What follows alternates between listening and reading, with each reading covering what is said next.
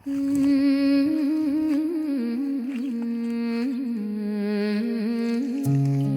ះជាដើមថ្នាំដែលគេយកទៅច្នៃធ្វើជាថ្នាំបរិយាអីបាទបងប្អូនខ្សែបងប្អូនខ្លះប្រហែលជាមិនបានស្គាល់ឬក៏មិនបានឃើញដែរនេះខ្ញុំមកថតឲ្យបងប្អូនបានចឹងបានឃើញដែរបាទថាដើម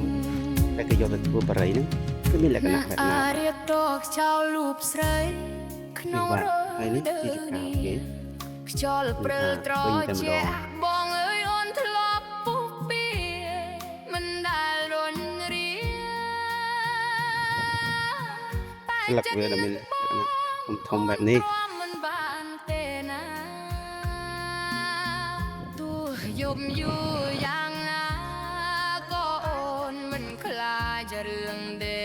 កមិនលក់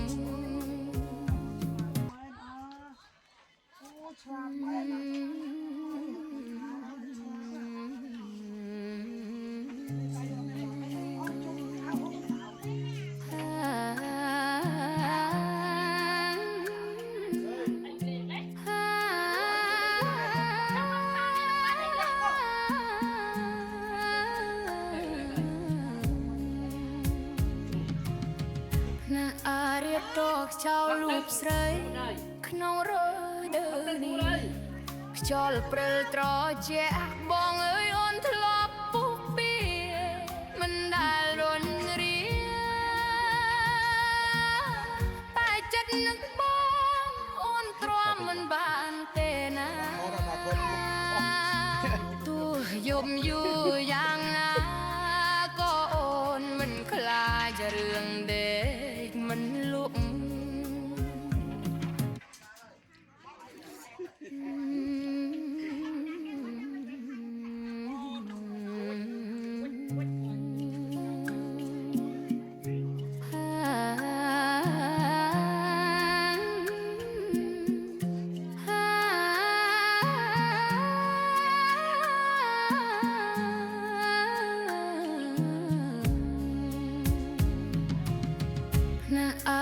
ហើយនេះគឺជាលចំហុយថ្នាំដែលគេយកទៅផលិត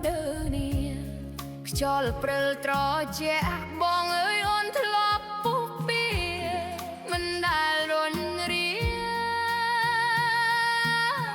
តែចិត្តនឹកបងអូនទ្រាំមិនបានទេណាទោះយប់យូរយ៉ាងណាក៏អូនមិនខ្លាចរឿងដេកមិនលក់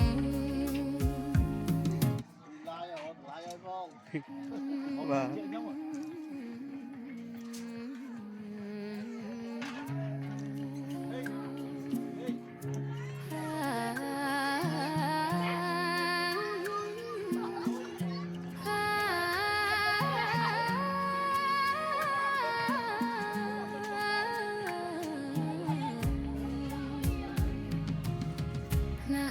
រៀបតខ្យល់លូបស្រី